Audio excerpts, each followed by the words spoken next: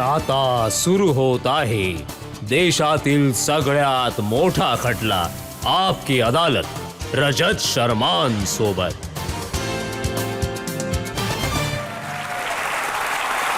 नमस्कार, thank you very much, thank you. तर चला सुरू करूया आपकी अदालतमध्ये आजचा हा खास खटला। खास यासाठी की आज आपले आरोपी दोन दोन आहेत। तुम्ही बघू शकता पिंजरा देखील मोठा आहे, खुर्च्या पण दोन दोन आहेत। दोन्ही असे लोक ज्यांची स्वतःची वेगवेगळी ओळख आहे। हे दोघं वेगवेगळ्या जगातून येतात, पण दोघेही सोबत सोबत आहेत, दोघं एकच आहेत। एक राजकारणाच्या जगातून येतात आणि एक फिल्मी जगातून येतात। Please welcome politician Raghav Chadha आणि फिल्म स्टार परिणीती चोप्रा।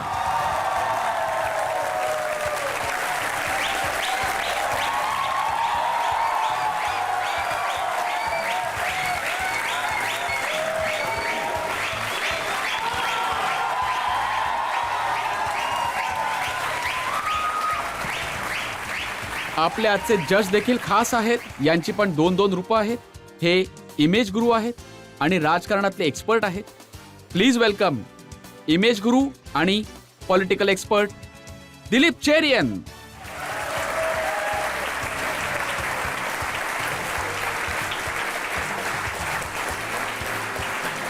आजची कारवाई सुरू करण्यात यावी। तर चला सुरू करूया आजचा खटला। आपकी अदालतमध्ये पहिला आरोप राघव चड्ढा आणि परिणीती चोप्रा यांच्यावर। आपकी अदालतमध्ये फिल्म स्टार परिणीती चोप्रा आणि राज्यसभा सदस्य राघव चड्ढा यांच्यावर आरोप आहे की हे दोघे मनमानी करतात। तुम्ही दोघे कसे मनमानी करता, कसा हट्ट करता, कसे अडून असता, एक एक करून दोघांना एक्सपोज करतो मी। अरे देवा सर. तुमचे पेरेंट्स परिणीती तुम्हाला बँकर बनवू इच्छित होते, हो. शिकण्यासाठी मँचेस्टरला पाठवलं, खूप खर्च केला आणि तुम्ही बहाणे करून तिथून परत आलात की नाही नाही नोकरी नाही मिळाली, मी काय करू। सर खरंच होतं ते 2009 मध्ये माझं ग्रॅज्युएशन झालं तर नक्कीच माझं स्वप्न होतं की मी इन्व्हेस्टमेंट बँकर बनेन, कारण त्या वर्षी रिसेशन होतं तर मला खरंच सर जॉब नाही मिळाला आणि विजा पण एक्सपायर होत होता। माझ्यामध्ये ना इतके गट्स नव्हते की मी माझ्या बाबांना फोन करून सांगेन की तुम्ही जी 3 वर्ष माझ्यासाठी लोन घेतलं होतं, पैसे गोळा करून मला पाठवलं होतं ते मी सगळे वेस्ट करणार आहे आणि मला परत घरी यायचंय। तर मी त्यांना खोटं बोलले की ॲक्चुअली ना मला इंडियामध्ये एक जॉब मिळालाय तर मी त्यासाठी येते आणि मी माझ्या काकू आहेत, ज्या प्रियंकाच्या आई आहेत, मी त्यांना फोन केला आणि त्यांना गपचूप सांगितलं की असं-असं आहे आणि माझा विजा एक्सपायर होणार आहे. मी इंडियात येते आणि बाबांना सांगत नाहीये. तुम्ही माझ्यासाठी कुठेही जॉब शोधा, काहीही करा, मला वाचवा. तर त्या म्हणाल्या, "काही हरकत नाही, काही हरकत नाही, तू ये." तर मग मी मुंबईत आले आणि तुम्ही असं इमॅजिन कराल त्या मुंबईत सगळ्यांना ओळखतात आणि तरीही मला कुठे जॉब नाही मिळाला. कुठेच जॉब मिळाला नाही. मग एक दिवस माझी बहीण शूटिंग करत होती. मी यशराज फिल्म्समध्ये गेले तिचं शूटिंग बघायला. मी पहिल्यांदाच शूट पाहिलं होतं. प्यार इम्पॉसिबलचं शूटिंग चालू होतं. मग मला कल्पना सुचली की इथे तर सिनेमांचं तर काही देणं-घेणं नसेल ना रिसेशनशी. मी इथे ॲप्लिकेशन करते. तर मी तिथे अप्लाय केलं आणि मला तिथे जॉब मिळाला आणि बाबांना फोन केला की हाच तर तो जॉब होता जो मला मिळाला होता. तर आजपर्यंत बाबांना म्हणजे आज बाबांना माहिती आहे खरं, पण बाबांना मी नाही सांगू शकले. मला त्यांचं मन मोडायचं नव्हतं त्यावेळी. पण मनामध्ये अशी स्वप्न नव्हती की प्रियांकाला बघून विचार आला आहे की मी पण बहिणीसारखं स्टार बनावं? सगळ्यांना असंच वाटतं ॲक्चुअली की मी इंडियामध्ये यासाठी असेलही. आले. सर तुम्हाला माहिती आहे कारण मी खूप अभ्यास वगैरे करून मी इंडियामध्ये खूप चांगले मार्क्स हे सगळं करून माझा प्लॅन होता की मी बँकर बनेन आयुष्यात, इन्व्हेस्टमेंट बँकर. मला वाटायचं की हे जे बॉलिवूडवाले आहेत ना, हे काहीतरी खूप सोपं असं काहीतरी काम करतात. ॲक्टर्स असतात, छत्रीखाली उभे राहतात. 2 लाईन्स त्यांना बोलायचे असतात आणि मग घरी निघून जातात. खूप पैसे कमावतात. यांची तर खूप मजा आहे. आम्हाला बघा आम्ही किती मेहनत करतो. आम्ही बघा किती महत्त्वाचं काम करतोय. पण सर मी चुकीचे होते. माहितीये जो कोणी फिल्म इंडस्ट्रीशी जोडलेला नसतो ना, तो फिल्म इंडस्ट्रीला असंच पाहतो. हो, जसं की राघव. सर हा आजही असंच पाहतो. भाऊ तुम्हाला पण पॅरेंट्सने शिकवून वगैरे चार्टर्ड अकाउंटंट बनवलं आणि तुम्ही तर मी ऐकलंय की खूप अभ्यासू मुलगा होतात. रूम बंद करून रात्रभर पुस्तक वाचणं. हम्म. तर इतकी मेहनत वाया घालवली तिथे अण्णा हजारोसोबत जाऊन बसलात तिथे उपोषणात.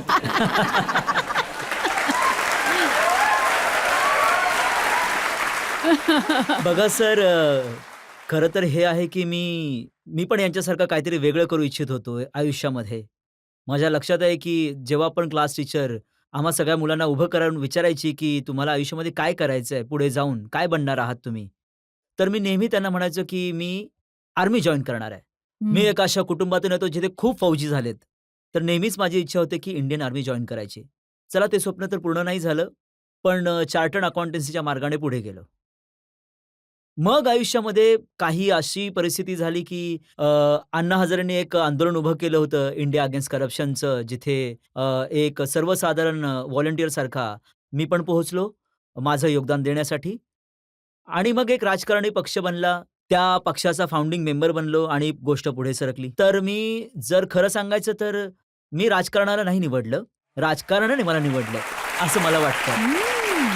आणि बघा तुमचे खूप सारे मित्र आहेत जे तुमच्यासोबत शाळेत होते, कॉलेजमध्ये होते, ज्यांना मी ओळखतो. ते म्हणतात की आम्ही सगळे 6-7 आकडी पगार कमावतो आणि हा बघा कुठे उपोषणात रस्त्यावर बसलेला आहे. उपोषण करतंय. सर बघा, एखादी व्यक्ती आहे ज्याला अमर्याद पैसा कमवून शांतता मिळते. कोणी 6-7 आकडी पगार कमवून खुश असतो. कोणी नाव कमवून तर कोणी प्रसिद्धी कमवून. मला शांतता आहे ना, जे मी काम करतो त्यामुळे मिळते आणि मला वाटतं की राजकारण एक असं माध्यम आहे, ज्याच्यामुळे तुम्ही बघा लाखो करोडो लोकांचं आयुष्य सांभाळू शकता. त्यामुळे जी शांतता मिळते ना, ती सगळ्यात मोठी असते. पैसा आणि श्रीमंती तर सर आयुष्यामध्ये पण सगळंच आईने कमवतात. तुम्हाला सांगितलेलं निवडणूक नको लढवूस. ती एक खूप मोठी इमोशनल कहाणी आहे. माझ्या पक्षाने मला म्हटलं की 2019 ची लोकसभा निवडणूक तुला लढायची आहे. मी म्हटलं मी आई-वडिलांशी बोलून मग सांगेन. त्यानंतर मी घरी गेलो. त्यानंतर माझ्या वडिलांनी मला तर परवानगी दिली. पण माझ्या आईला समजवण्यासाठी मला 6 महिने लागले. हम्म. आणि ते यासाठी लागले कारण की त्यांची इच्छा नव्हती की मी निवडणुकीच्या राजकारणामध्ये जावं. शेवटी जेव्हा त्यांनी मला परवानगी दिली, पण 2 अटी माझ्याकडनं लिहून घेतल्या की तुला या अटी पूर्ण कराव्या लागतील, भले निवडणुकीचा निकाल काहीही लागो.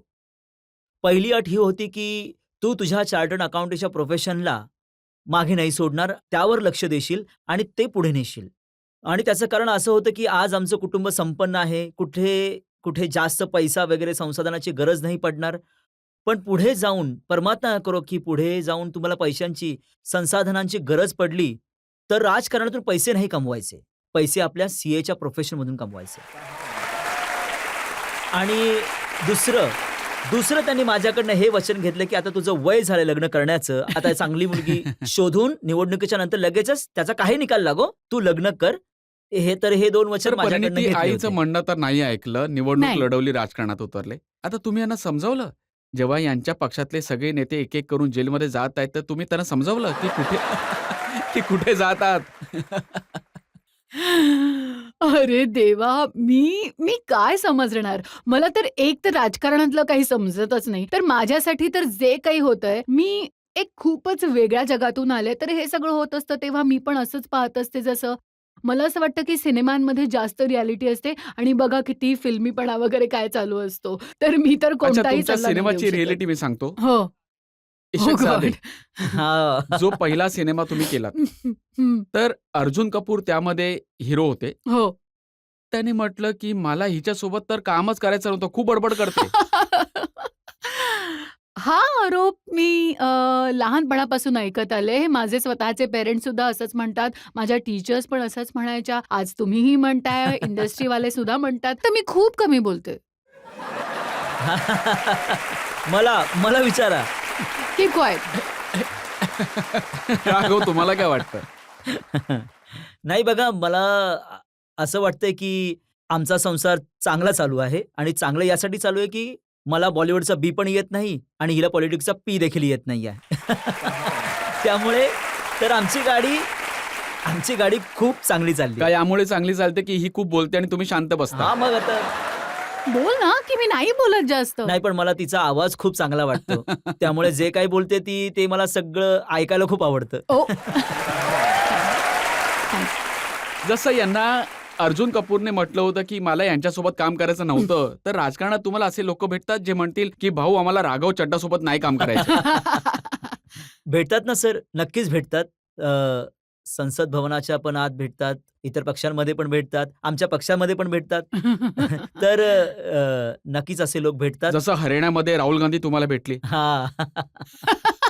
तुमच्या लाख प्रयत्नानंतर देखील समजूत नाही करू दिली त्यांनी. वेल, माझं असं म्हणणं आहे, की कदाचित राहुल गांधींना पण वाटत होतं, की गठबंधन व्हावं हरियाणामध्ये.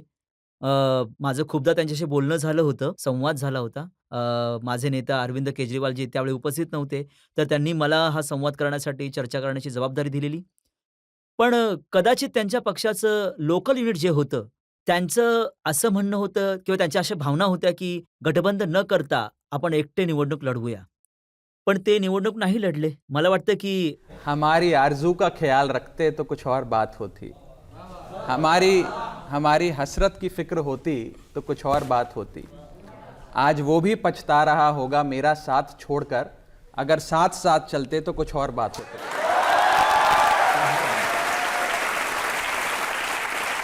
वाह! किती छान बोललास. त्यांची सोबत तर नाही मिळाली, पण परिणितीची सोबत मिळाली तुम्हाला. आम्ही एकत्र चालत आहोत सर, चालत राहू. आमचं गठबंधन झालंय actually. We are happily married. She is happy and I am married. तू जरा शांत बस. जसा हा बोलतो की राजकारणाने मला निवडलं, तसंच बॉलिवूडने सुद्धा मला निवडलं. मी खरंच जे काही शिकले ते जेव्हा मी सेटवर जायला सुरुवात केली, अगदी पहिला दिवस तेव्हापासून कशा माझी सुरुवात पोहोचलात झाली. सेटवर ते तर सांगा. ओह! सर खूपच कमालीची गोष्ट आहे. माहितीये मी तुम्हाला एक गोष्ट सांगते. माझं नाव आहे परिणिती. परिणितीचा अर्थ आहे डेस्टिनी. आणि जेव्हा मी जन्माला आले होते, तेव्हा खूप दिवसांपर्यंत माझं नाव ठरवलं गेलं नव्हतं. तर कोणत्यातरी गुरुजींनी म्हटलं असेल, त्यावेळी असं मानायचे, आजही मानतात, की प वरून काहीतरी नाव ठेवायचं, असं माझ्या आई-बाबांना सांगितलं गेलं. तर प वरून त्यांना ना कोणतंच नाव आठवत नव्हतं, तर खूप दिवसांपर्यंत प्रियांका तर आधीच ठेवलं गेलं होतं. बरोबर, ते यूज झालं होतं. तर बऱ्याच दिवसांपर्यंत विचार करत राहिले, की काय नाव ठेवायचं. तर एक दिवस ते कोणतातरी पिक्चर बघत होते, त्यामध्ये शब्द होता, जिसकी कोई परिणीती नहीं. तर त्यांनी म्हटलं, परिणीती काय असतं? त्यांनी इकडे-तिकडे विचारलं, की याचा अर्थ असतो डेस्टिनी. तर आजपर्यंत माझी आई मला म्हणते, की तुझ्या डेस्टिनीमध्ये होतं सिनेमामध्ये जाणं. आम्ही पिक्चर पाहिल्यानंतर तुझं नाव ठेवलं, जे आम्ही किती आठवड्यांपर्यंत शोधत होतो. So it was my destiny. मी लाख प्रयत्न केले, की मी काहीतरी वेगळं करेन, मी बँकर बनेन, हे करेन, ते करेन, पण ते नाही झालं. अल्टिमेटली आता बघा, मी जे रिसेशनवरून परत आले लंडनवरून, मी यशराज जॉइन केलं आणि मी एक एम्प्लॉयी होती तिथली, पगारी एम्प्लॉयी. तर आदित्य चोप्राजी माझे बॉस होते त्यावेळेस. तर ते मला मीटिंग्समध्ये भेटायचे आणि मी इथे-तिथे, जसं की तुम्हाला माहिती आहे, की मी खूप कमी बोलते.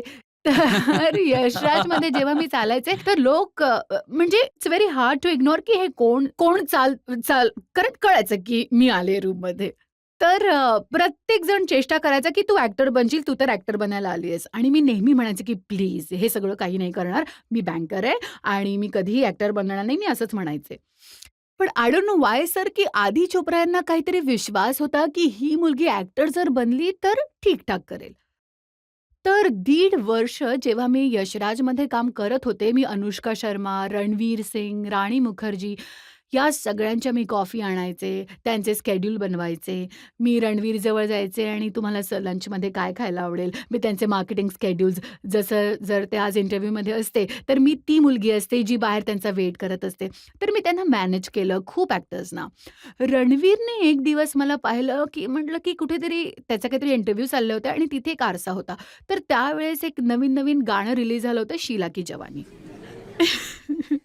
तर सर मी त्या आरशाच्या समोर मी बसून शीला की जवानीचा स्टेप करत होते आणि मला वाटलं मागे इंटरव्ह्यू, तर ते लोक बिझी आहेत, कोणी मला बघत नाहीये.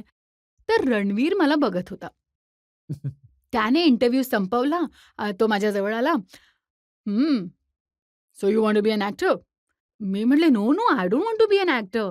मग काय करत होतीस? तर मी म्हटलं, "ते मी ते गाणं पाहिलं, माझ्या डोक्यात होतं आहे तसं-तसं." तर तो म्हणाला, "you will become an actor." तर मी म्हटलं, "ठीक आहे." तेवढ्यात मी यशराजमध्ये, एन-व्हीमध्ये थोडी इन्फ्लुअन्स तर झाले होते. मला वाटलं ॲक्टिंगचा प्रयत्न केला पाहिजे.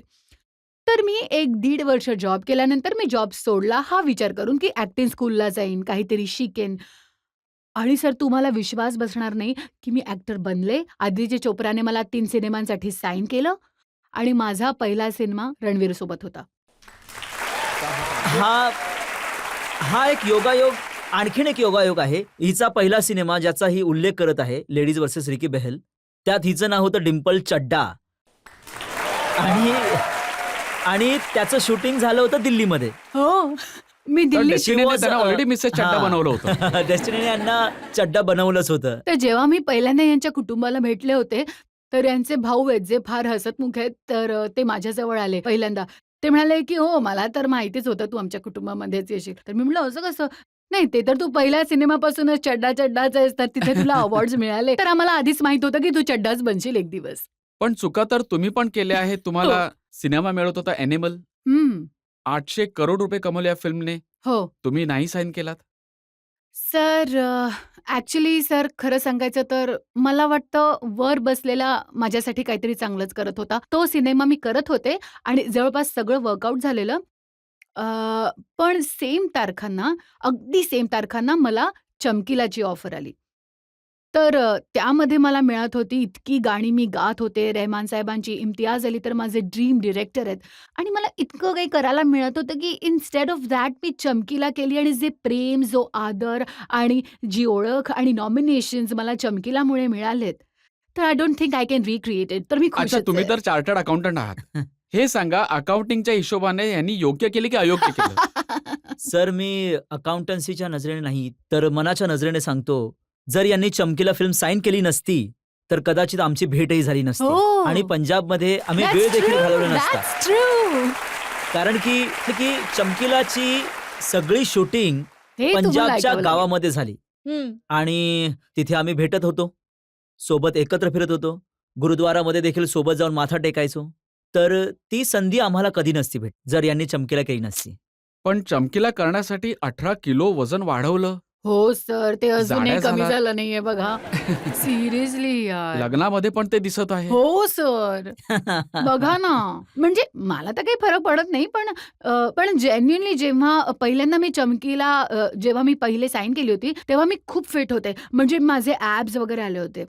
आणि इम्तियाज सरांनी मला त्यावेळी साइन केलं त्या दिवशी आणि त्या दिवशी मी खूप फिट वाटत होते.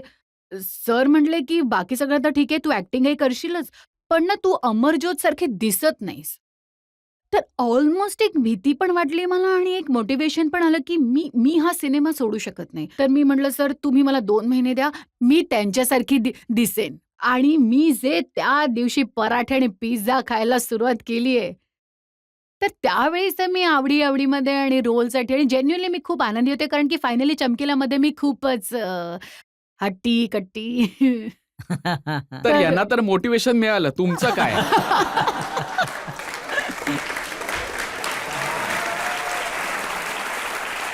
सर ती जशी पण आहे ना, माझं मोटिवेशन तर इथूनच येतं. जनतेमधून 1-2 प्रश्न आपण घेऊ शकतो. माझा प्रश्न परिणिती मॅम तुम्हाला आहे. बोला. मुंबईमध्ये जे कॉन्सर्ट झालं होतं, त्यामध्ये तुम्ही खूपच सुंदर गायलं होतं. हो. तुमचं पण तुम्हाला खूप ट्रोलिंग केलं गेलं होतं. अशा वेळी तर खूपच वाईट वाटत असेल ना? पण तुम्ही कशा कोप अप करता अशा सिच्युएशन्समध्ये? मी कोप अप वगैरे काही करत नाही. ट्रोलिंग चालत राहतं आणि म्हणजे आपण काय म्हणू शकतो मी सांगतो काय म्हणू शकतो. हां. ते ट्रोल जेव्हा झालात तुम्ही, हां. तर लोकांनी लिहिलं, "आज गाने की जिद ना करो." कोणीतरी लिहिलं, "ये कौन है लेडी ना गा." Lady Naga. It was crazy. Actually ती एक वेगळीच विचित्र वेळ होती. कारण एकतर तो माझा पहिला कॉन्सर्ट होता. तर मी पण शिकले, की लाईव्ह कॉन्सर्ट स्टेजवर ॲक्चुअली गाणं जसं तेच असतं ना, जोपर्यंत तुम्ही करणार नाही तोपर्यंत समजणार नाही. तर मी अनुभव घेतला what goes behind live singing. तर त्यामध्ये नक्कीच हिट्स अँड ट्रायल्स आणि माझ्या तर पूर्ण करिअरची कहाणी हीच राहिली आहे. मी तर जेवढ्या चुका केलेल्या आहेत, जाड, बारीक, हिट, फ्लॉप मी सगळं तुमच्या समोरच केलंय आणि तुम्ही लोकांनीच मला सुधारलंय आणि तुम्ही लोकांनीच मला चढवलंय. तर ट्रोलिंगमध्ये पण आणि चांगली गोष्ट होती सर, खूप कमालीची गोष्ट झालेली, की खूप असे जे सिंगर्स होते, जे प्रोफेशनल सिंगर्स आहेत, ते पुढे आले आणि त्यांनी सांगितलं, की जे म्युझिक स्टुडिओजचे ओनर होते, त्यांनी येऊन सगळ्यांनी माझ्याबद्दल लिहिलं, की आय डोंट नो कोणत्या गोष्टीवर ट्रोलिंग होतंय आणि कुठून ट्रोलिंग होतंय.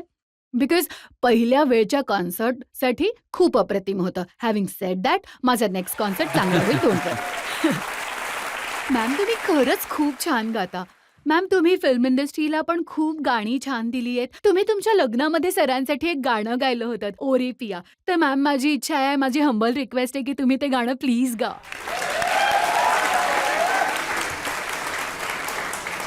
वे मैं लहंगा चूड़ा पाके तेरी गलियां चुटुर गईयां, वे मैं तेरी हो गई माही, वे मैं तेरे संग जुड़ गईयां माही, दिल मेरा रखी सांभ के, आँखों में आंसू शाम से, ओ पिया ओ पिया, चल चले आ, बांट ले गम खुशी, साथ में आ, साथ में आ. चले अभी चले.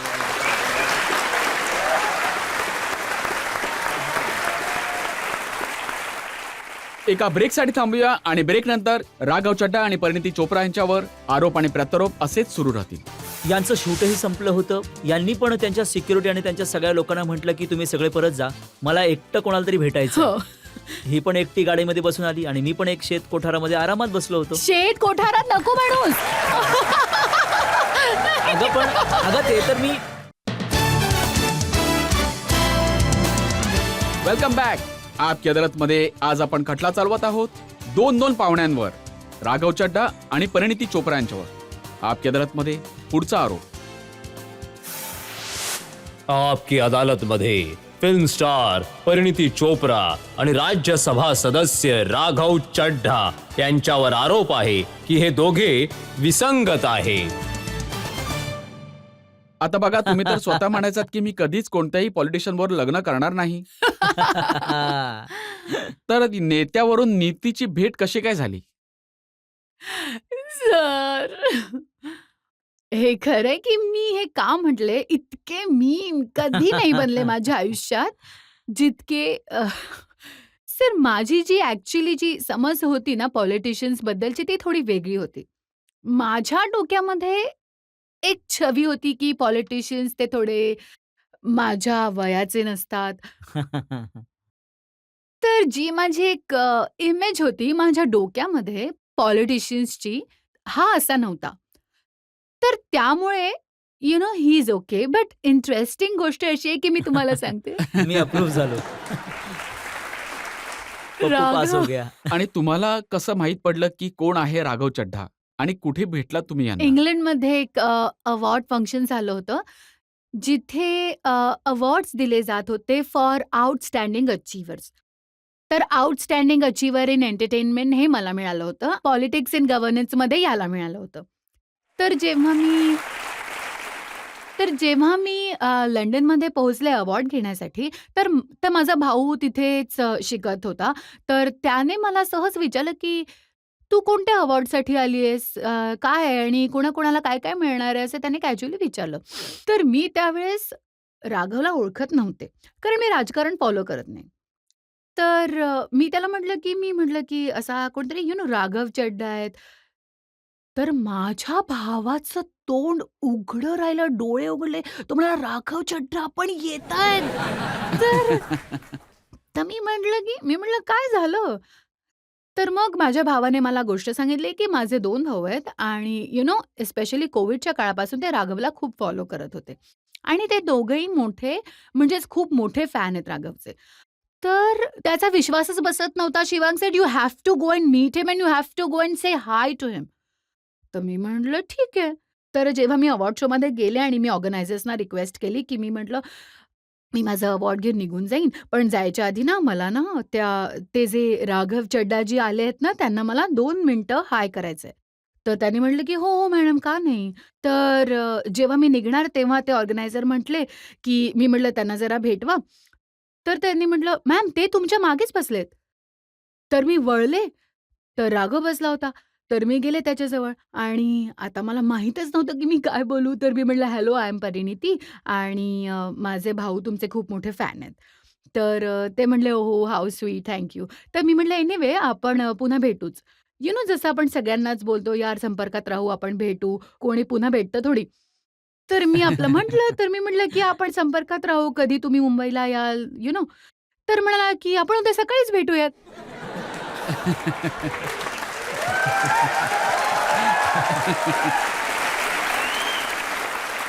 चांगल्या कामासाठी उशीर कशाला ना? चांगल्या कामासाठी उशीर कशाला? तर मग मी विचार केला, मी म्हटलं, "ओके." तर दुसऱ्या दिवशी सकाळी कोणत्या मुलांनी बोलावलं तर मी एकटी तर जाणार नाही. तर मी माझ्या 3 मॅनेजर्सना सोबत घेऊन गेले. तर माझे 3 मॅनेजर्स अच्छा, तो पण ऑर्गनायझर सोबत आला. असं नव्हतं की आम्ही कुठल्या डेटसाठी भेटत होतो. आम्ही तर काही 10-12 लोक टेबलवर बसलो होतो. तर मी म्हटलं, "किती विचित्र आहे. मला तर बोलवलंय पण पूर्ण पलटणी सोबत यायचं हे काय होतंय?" पण आता मी तुम्हाला एक खूप मोठी फिल्मी गोष्ट सांगते काय झालं.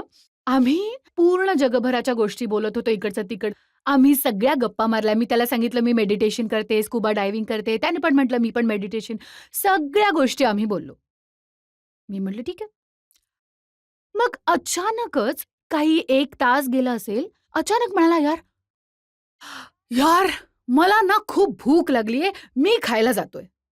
एकदमच उठला आणि गेला सर आणि प्लेटमध्ये सगळं जेवण वगैरे घेऊन परत आला आणि मी या मुलाला बघत बसले, की पहिल्यांदा आपण भेटतोय, आपण कसं थोडी ते ठेवतो ना, की पूर्ण एक्सपोज नाही करणार आपण स्वतःला आपल्या मीटिंगमध्ये. मी म्हटलं, "यार, हा तर अगदीच मस्त व्यक्ती आहे." तर आता सर एक फिल्मी मोमेंट झाला माझ्या डोक्यामध्ये. हा जेवणाची प्लेट घेऊन आला आणि खायला सुरुवात आणि मी याला बघतेय आणि जसं म्हणतात ना गाईज फिल्मी, म्हणजे माझ्या डोक्यामध्ये घंटी वाजली. मी म्हटलं, "I am going to marry this man."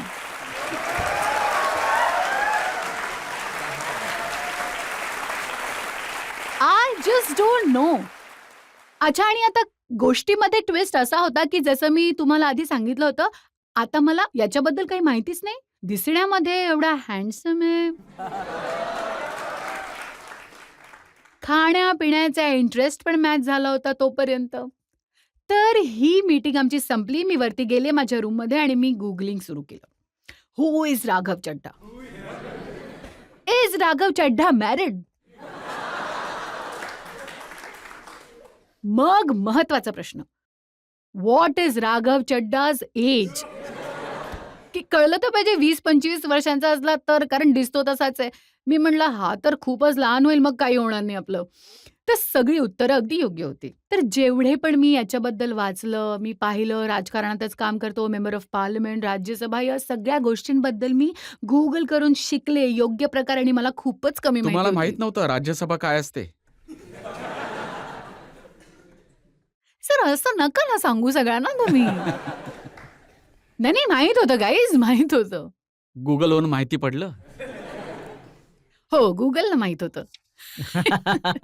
तर एनिवे गाईज मी खूप गुगलिंग केलं आणि मी म्हटलं मी योग्य विचार केला आहे आणि लग्न तर मी आता याच्याशीच करेन आणि तर राघव, तुम्हाला माहित होतं कोण आहे परिणीती चोप्रा? तुम्हाला माहित होतं इशकजादेची हिरोईन आहे? हम्म. तुम्हाला माहित होतं हसी तो फसी? अ, मला तर अगदीच माहीत होतं आणि मी पण यांनी मला जेव्हा सांगितलं, की सकाळी-सकाळी भेटूया, भेटून घेऊया. तर मी पण ठरवलं, की मोक्यावर चोका मारूया, भेटून घेऊया. तर आम्ही भेटलो. पण त्यानंतर आमची भेटण्याची ही मालिका सुरूच राहिली आणि मग ही जेव्हा भारतात परत आली, तर सरळ पंजाबला आली शूटिंगसाठी.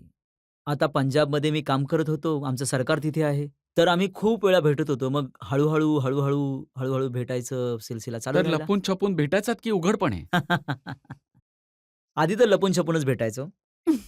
मला आठवतंय की एकदा सर, तर आधी आम्ही सगळं लपूनच भेटायचो. माझ्याबरोबर जितके लोक होते त्यांना मी म्हटलं, की "तुम्ही लोकं इथे या रेस्टॉरंटमध्ये बसा. मला एकट्याला जायचंय कोणाला तरी भेटायला." मला आठवतंय मी त्यावेळी बर्नालामध्ये होतो. तर त्यांनी म्हटलं, की "रात्री बर्नालामध्ये 8:30 वाजता कुठे एकटा चाललाय भेटायला?" यांचं पण शूट संपलं होतं.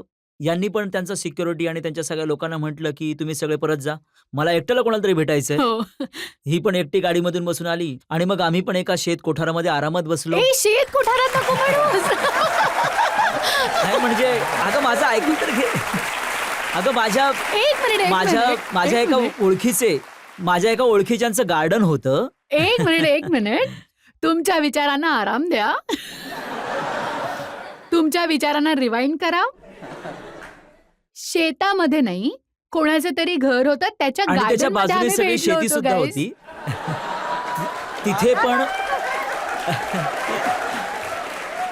त्यांच्या गार्डनमध्ये भेटलो, आरामात चर्चा केली आणि त्यानंतर मग भेटत राहिलो. मला आठवतंय की आम्ही एकदा शामकोर साहब गुरुद्वारामध्ये गेलो. हां, मी तुम्हाला एक स्टोरी सांगते सर.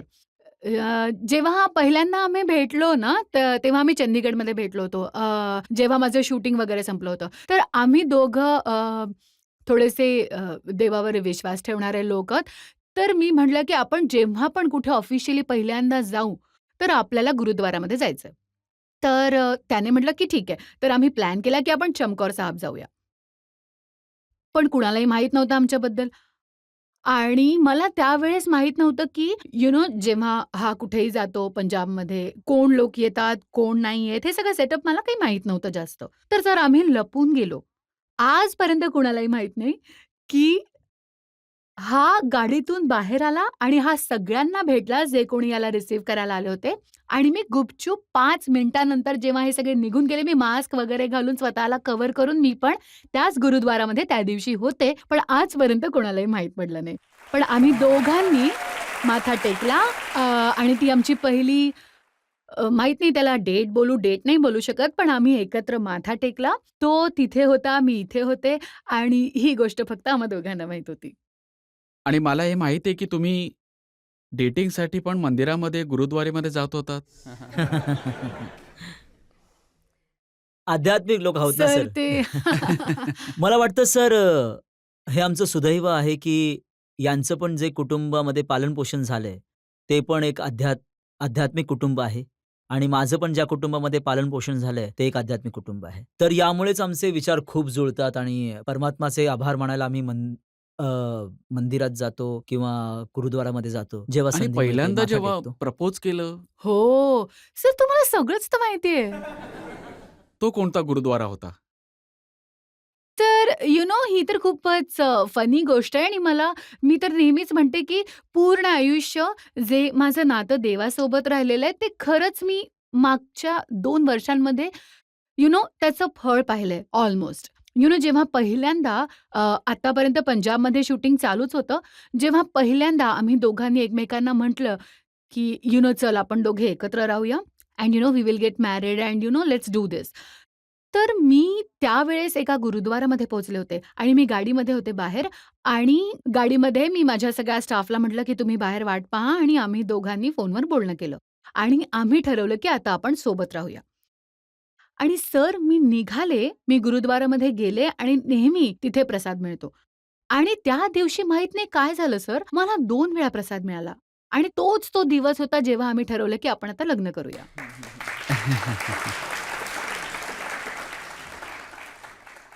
तर मग आता तर लग्न झालं, सोबत एकत्र वेळ पण घालवलात.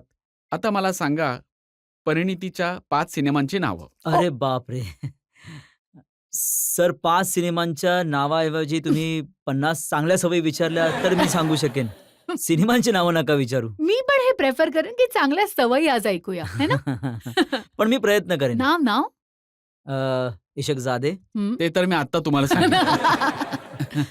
ऊंचाई, ऊंचाई, अ, गोलमाल अगेन, गोलमाल अगेन, चमकीला, चमकीला. गर्ल ऑन द ट्रेन, हं, हसी तो फसी, हं. केसरी. ओ वाव. बघा सर, वा. सगळे येते मला. अच्छा, आता तर तुम्ही त्यांच्या पक्षातल्या 5 लीडर्सची नावं सांगा. हे राम. एखादंच माहित असेल त्यांना. अरविंद केजरीवाल, बरोबर. मनीष सिसोदिया. नाही, चीटिंग नाही, मी चीटिंग नाही करत. मनीष सिसोदिया, भगवंत मान, गोपाल राय, संजय सिंग. संजय सिंग. झाले 5 झाले.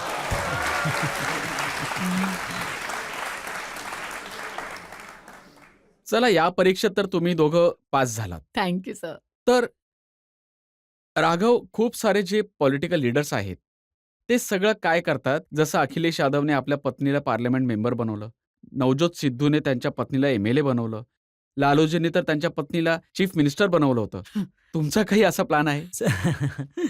अ, सर मला वाटतं की जे ज्यांचं काम आहे ते त्यांनीच केलं पाहिजे आणि जिसका काम उसी को साजे और करे तो उल्लू लागे.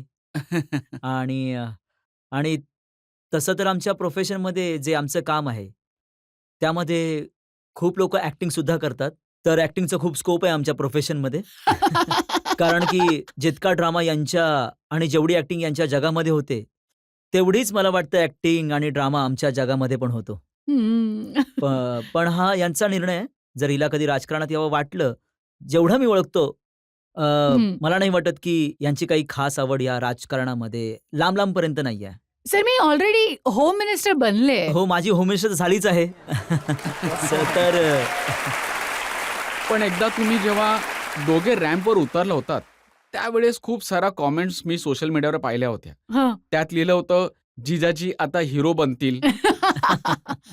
त्यामध्ये लिहिलं होतं की इतके हँडसम आहेत, यांना तर फिल्म मिळू शकतात. हो. तर तुम्ही यांना घेऊन जाल मुंबईला, कोणता रोल मिळवून द्याल? हो. हे नाही होऊ शकणार. सर, सिरियसली मी तुम्हाला एक गोष्ट सांगू शकते. तुम्ही विश्वास ठेवा. आम्ही जेव्हा घरी असतो ना, जेन्युइनली आमची ना पॉलिटिक्स ना सिनेमे याबद्दल बोलणंच होत नाही. तुम्ही खरंच घरी याल ना कधी आमच्या, तर तुम्ही बघाल की आम्ही खूप नॉर्मल आणि कदाचित बोरिंग गप्पा मारत असतो. घर, हे, ते, ऑर्गनायझेशन, फॅमिली, आम्ही यामध्येच बिझी असतो. तर मला नाही वाटत आम्ही दोघं आणखी काही करू शकू. आणि मागच्या 12 वर्षांची खूप मेहनत लागली आहे सर. आता या कामामध्ये मजा यायला सुरुवात झाली आहे. तर आता तरी करिअर आम्हा दोघांनी चेंज करायचं पण नाहीये. पण एक गोष्ट आहे सर, की मी ज्या फील्डमध्ये आहे, ज्या प्रोफेशनमध्ये आहे आणि ही ज्या प्रोफेशनमध्ये आहे, दोघांमध्ये खूप समानता आहे. आमच्या हं. प्रोफेशनमध्ये पण ॲक्टिंग करावी लागते. यांच्या प्रोफेशनमध्ये पण ॲक्टिंग करावी आमच्या लागते. प्रोफेशनमध्ये पॉलिटिक्स करावं लागतं. आमच्या प्रोफेशनमध्ये पण राजकारण आहे. यांच्या प्रोफेशनमध्ये खूप जास्त राजकारण आहे. त्याबद्दल मला आता समजू लागलंय. आमच्या इथे वोटर म्हणजे मतदारांचं मन जिंकावं लागतं. यांना प्रेक्षकांचं मन जिंकावं लागतं.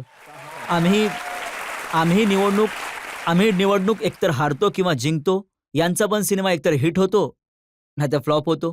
तर समानता खूप जास्त आहे. पण मला वाटतंय की आमची एक वेगळी दुनिया ठेवली आहे आणि एक पर्सनल लेव्हलला आम्ही एकत्र हसत-खेळत आमचं आयुष्य जगत पुढे जातो. आता बघा, या दिल्लीमध्ये आल्या आहेत हो. आणि या म्हणतील की बघा खूप प्रदूषण आहे, माझा घसा खराब झाला. तर हा पॉलिटिकल प्रश्न आहे की पर्सनल आहे? बघा सर, यात काही वादच नाही की दिल्लीमध्ये प्रदूषण आहे आणि एक शिकलेला नेता असल्याच्या नात्याने एक अशी नवीन पॉलिटिकल स्टार्टअपचा ज्याचा असा संकल्प आहे की आम्ही वायू प्रदूषणातून दिल्लीच्या जनतेला आणि उत्तर भारतातील जनतेला मुक्त करू. आम्ही काही प्रयोग केले आहेत या दिशेने आणि मला वाटतंय की पुढच्या 2-4 हिवाळ्यांनंतर जेव्हा ही दिल्लीला येईल तोपर्यंत AQI ठीक होईल आणि वायू प्रदूषण चला, यांच्या बहाण्याने आम्हाला पण चांगली हवा अरे तुम्ही मिळेल. यांच्या निमित्ताने तुम्हाला पण चांगली हवा मिळेल. पण हो, वायू प्रदूषणाबद्दल आम्ही मागच्या 1-1.5 महिन्यापासून बरीच चर्चा करत आहोत हो. आणि खूप काळजीतही आहोत. आम्हाला वाटतं की आम्ही प्रयत्न करतो. आम्ही जे दोन्ही सरकार काम करत आहे आणि हा विषय मला वाटतं की पूर्ण उत्तर भारताचा आहे रजतजी. हं. आता फक्त हा दिल्लीचा नाही राहिला. भागलपूर, लखनौ, वाराणसी, भिवाडी, विदिशा पूर्ण उत्तर भारतात एक प्रकारे वायू प्रदूषणाचा एक धुरासारखा एक आच्छादन पसरलाय. म्हणून सगळ्या सरकारने मिळून हे नाही, काम तुम्ही काही वर्षांपूर्वी म्हणालेलात ना की आम्ही एक असं सोल्युशन शोधलं आहे, ते मिसळून टाकलं शेतामध्ये की नीट उगवेल? अगदी योग्य सोल्युशन होतं ते. ते सोल्युशन दिल्लीसाठी योग्य ठरलं होतं. आज पण आमचं दिल्लीचं सरकार, दिल्लीची जेवढी शेती आहे, 5,000 एकर आहे जवळपास. तिथे या सोल्युशनच्या मार्फत गवतापासून सुटका दिली जाते. हे सोल्युशन पंजाबमध्ये आणि हरियाणामध्ये कामी नाही आलं. त्याचं एक कारण आहे. हरियाणा आणि पंजाबमध्ये जेव्हा धान्यांची कापणी होते, त्यानंतर जे स्टबल, जे गवत म्हणतात त्याला, शिल्लक राहतं, त्यापासून शेतकऱ्याला सुटका हवी असते, ते पण 10 ते 12 दिवसात. जर 10-12 दिवसामध्ये तो त्यापासून सुटका नाही मिळू शकला, तर त्याची जी पुढची शेती असते, गव्हाची शेती असते, त्याचं उत्पन्न कमी होतं. हेच सोल्युशन आहे.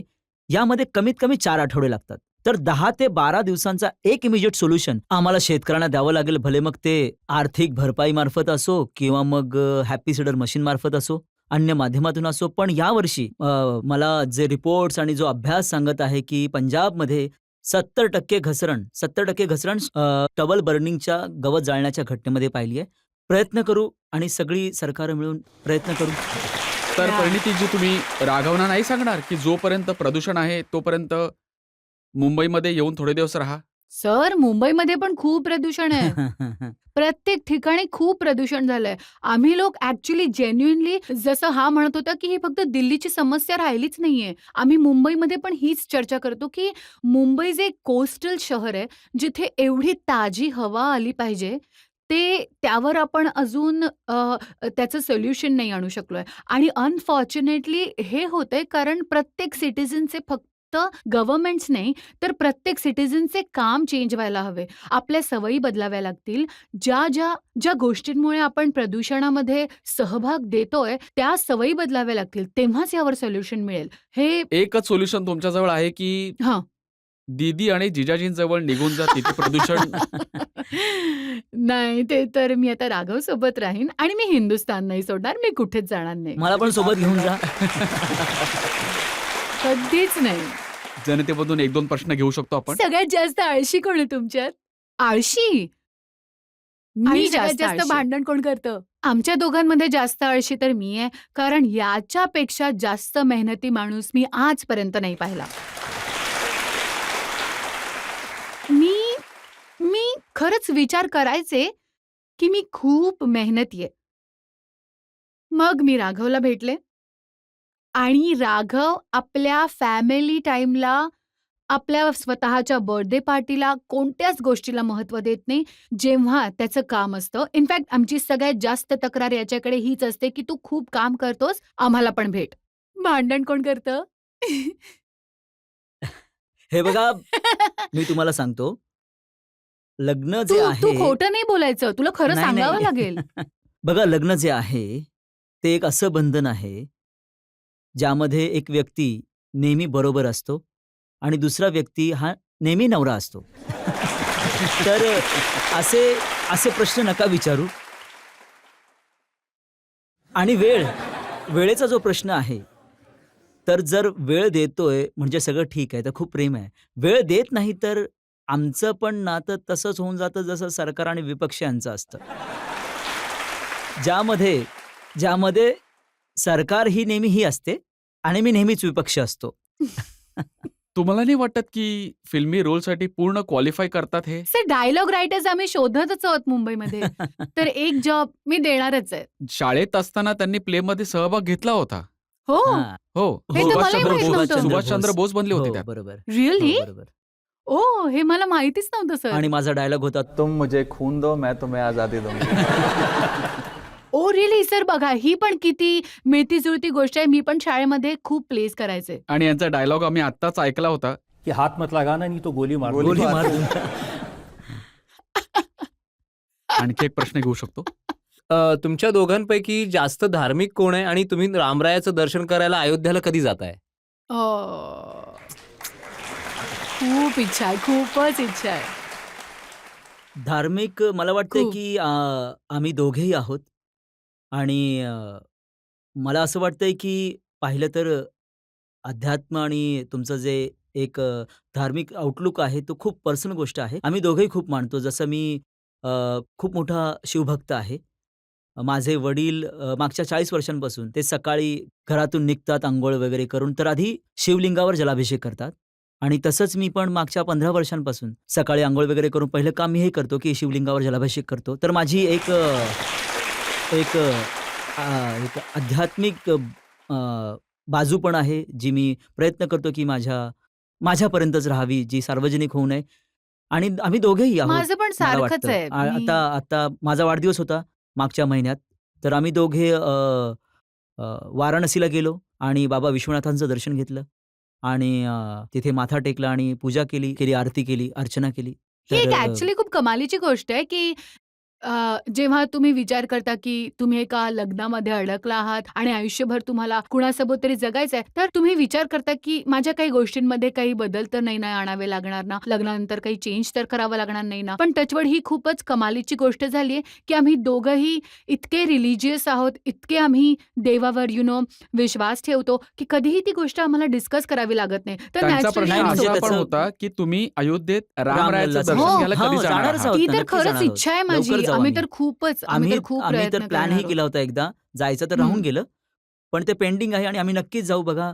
आणि आम्ही लोकं आणि मी, खास करून मी, आता यांना मी खूप चांगल्या प्रकारे ओळखतो. लग्न झालंय तर मीला चांगलं समजतो जास्त. आमच्या दोघांच्या आयुष्याची एकच फिलॉसॉफी आहे आणि मी कोणतीही डायलॉगबाजी करत नाहीये. हे मी जेन्युइनली मानतो, की अ, लल्लू करे कवलियां रब सिद्धियां पावे. की आपण मनुष्य तर चुकांचा पुतळा आहे. पण आपण ज्या कोणत्या मार्गाने चालतो, परमेश्वर योग्य मार्गाने आपल्याला घेऊन जातो. ते म्हणतात ना, की मेरा आपकी कृपा से सब काम हो रहा है, करते हो तुम कन्हैया, मेरा नाम हो रहा है. तर तेच आयुष्याचा सार आहे. नाही राघव, त्यात काहीच शंका नाही की इतके सगळे योगायोग जे तुमच्या आयुष्यात इतके कोइन्सिडेन्स हे देवा व्यतिरिक्त दुसरे कोणीही करू शकत हो नाही. सर, हो, अगदी खरं आहे. अगदीच. हो, आम्ही यावर विश्वासच ठेवतो. इथे आणखी एका ब्रेकसाठी थांबूया आणि ब्रेक नंतर आपकी अदालतमध्ये राघव चड्ढा आणि परिणीती चोप्रावर आरोप आणि प्रत्यारोपाचे सुरू राहतील. पहली ललकार नाल मैं डर गई, दूजे ललकार वे अंदर बढ़ गई, तीजे ललकार नाल नो मेरा लक सिद्धान के दराजे विच वजया नी पट्टू फिरदे शराब नाल रजया नी पट्टू फिरदे.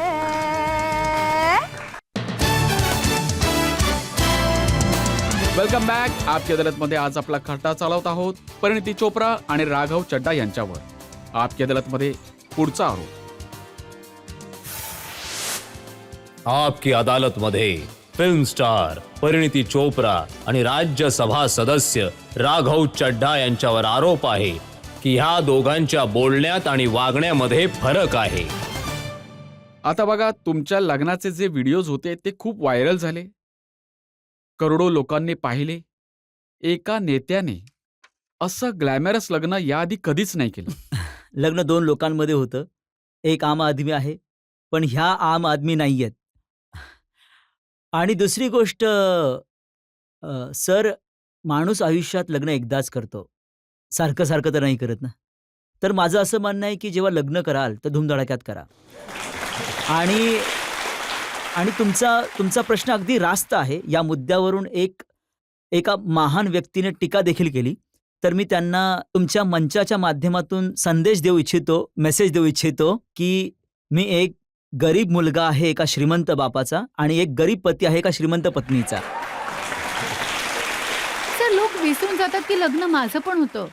मी तर एक फिल्म स्टार आहे आणि मी तर मागची 10 वर्ष जेव्हा मी ॲक्ट्रेस आहे फक्त तेव्हाच नाही, तर मी तर जेव्हा लहान होते तेव्हापासून माझ्या लग्नाची स्वप्न पाहिली आहेत. फायनली माझं लग्न होत होतं आणि मला कसलीच कसर सोडायची नव्हती. मी काय, माझे बाबा, माझा भाऊ, याचे बाबा, आम्ही 4-5 लोक होतो आणि आम्ही सगळ्यांनी मिळून हे लग्न पार पाडलंय आणि मला वाटतं, की फक्त माझ्यासाठी नाही तर पूर्ण जग लग्न पाहतं. आमचे फॅन्स पाहतात आणि आम्हाला धूमधडाक्यात लग्न करायचं होतं आणि म्हणजे मला तर अजिबातच कॉम्प्रोमाईज करायचं नव्हतं. तर मी थोडीशी उदास होते, कारण तो पूर्ण फोकस याच्यावर निघून गेला, की खर्च कोणी केला आणि कोणी नाही बघा, केला. काय- सुग्रीव काय? बादलने म्हटलंय की या लग्नाचा पूर्ण खर्च पंजाबचे मुख्यमंत्री भगवंत मान यांनी केला घ्या होता. घ्या आता. भगवंत मान जे माझे मोठे भाऊ आहेत ते लग्नात आले होते. त्यांनी लग्नाच्या शगुनाचा लिफाफा देखील मला नाही दिला. तुम्ही तुम्ही लग्नाच्या बिलाबद्दल बोलत आहात. आरोपांच्या अफवांवरती बाजार आणि भरवलाय लग्न का? जे भगवंत मान यांचं झालंय त्याचा खर्च कोणी केला? ही खूपच इंटरेस्टिंग गोष्ट आहे. म्हणजे जेव्हा त्यांचं लग्न होणार होतं, तर व्यवस्थापनाची सगळी जबाबदारी माझ्यावर सोपवली गेली होती आणि छोटंसं लग्न होतं. घर कुटुंबातलेच लोक होते आणि आमच्या पक्षातले पण 3-4 लोकं होते. आमच्या पक्षातले जास्त लोकं बोलवले नव्हते. तर त्या पूर्ण लग्नाच्या सोहळ्यात व्यवस्थापनाची जबाबदारी माझ्यावर सोपवली होती. तर शामियाना, टेंट लावण्यापासून खाण्याची, पिण्याची, फ्लॉवर डेकोरेशनची सगळी सुविधा मी केली होती. तर हा एक योगायोगच आहे, की त्यांच्या लग्नाची सगळी व्यवस्था करण्याची संधी मला मिळाली. एक आरोप हरसिमरत कौरने लावला. त्यांनी म्हटलं की पंजाबवरून बुलेट प्रूफ लँड क्रुझर गाड्या 850 किलोमीटर दूर उदयपूरला गेल्या फक्त सुरक्षा देण्यासाठी. पोलीस पूर्ण पंजाबचे लावण्यात आले होते उदयपूरमध्ये. बघा हे खूपच सामान्य अशी गोष्ट आहे. खूपच सामान्य प्रोटोकॉल आहे. जर कोणी राज्याचा एक हाय डिग्नेटरी जसं की कोणी मुख्यमंत्री जो एक सिक्युरिटी प्रोटेक्टेड असतो, तो एका दिवसापासून दुसऱ्या दिवसापर्यंत जातो, तर त्याची पूर्ण सिक्युरिटी, त्याचं पूर्ण कॅव्हलकेड त्याच्यासोबत त्या राज्यामध्ये जात असतं. कधीही मुख्यमंत्री जेव्हा ट्रॅव्हल करतात, तेव्हा त्यांच्यासोबत त्यांचा पूर्ण ताफा जात असतो. इथे तर 2-2 मुख्यमंत्री आले होते. दिल्लीचे मुख्यमंत्री आले होते आणि पंजाबचे मुख्यमंत्री आले होते. सुखपाल खेहरा जे काँग्रेस पार्टीचे नेते आहेत पंजाबचे, त्यांनी म्हटलं की राघव चड्ढा उदयपूरच्या पॅलेसमध्ये ज्या रूममध्ये थांबले होते, हं. 7 स्टार हॉटेल होतं. एका रात्रीचा त्या खोलीचा खर्च होता 10 लाख रुपये. सांगा आता. अरे देवा! हे सगळं चुकीचं आहे. सर आधी तर ते कोणतंही 7 स्टार हॉटेल नव्हतं. एक 5 स्टार हॉटेल होतं. त्यामध्ये सगळ्या मिळून मला वाटतं 40-50 खोल्या होत्या. जेवढ्या पण होत्या आम्ही सगळ्या बुक केल्या होत्या. आणि कोणतीही रूम 10 लाख रुपयांची नव्हती. आणि काही लोकं तर असे या लग्नाला प्रचारित करत होते, इतक्याची खोली आहे. काही टीव्ही अँकर्स आणि नेते असे वक्तव्य करत होते, की एवढ्याचा सूट घातला होता. असं की जसं त्यांनी जाऊन स्वतः सूट शिवून आणलाय. किंवा मग हॉटेलची बुकिंग त्यांनी स्वतः केलं होतं. तर मला असं वाटतं की हे सगळे बिनबुडाचे आरोप आहेत. मला पण वाटतं की ही सर एक परसेप्शनची गोष्ट आहे. मी एक ॲक्ट्रेस आहे आणि जर मी एक ॲक्टर, प्रोड्युसर, बिझनेसमॅन सोबत लग्न केलं असतं, तर ते म्हणाले असते, "वॉव! यार, या ॲक्ट्रेसचं खूपच धमाकेदार लग्न झालंय. असं झालं पाहिजे."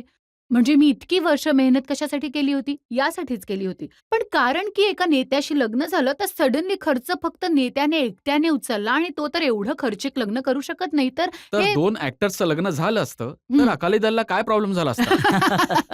Exactly sir. मला वाटतं की कुठेतरी ही पण मी गोष्ट शिकते की एक हे जे ट्रोलिंग आणि एक जास्त संशोधनाची बुद्धी असते मतदारांची आणि फॅन्सची, ती यांच्या जगामध्ये थोडी जास्त आहे.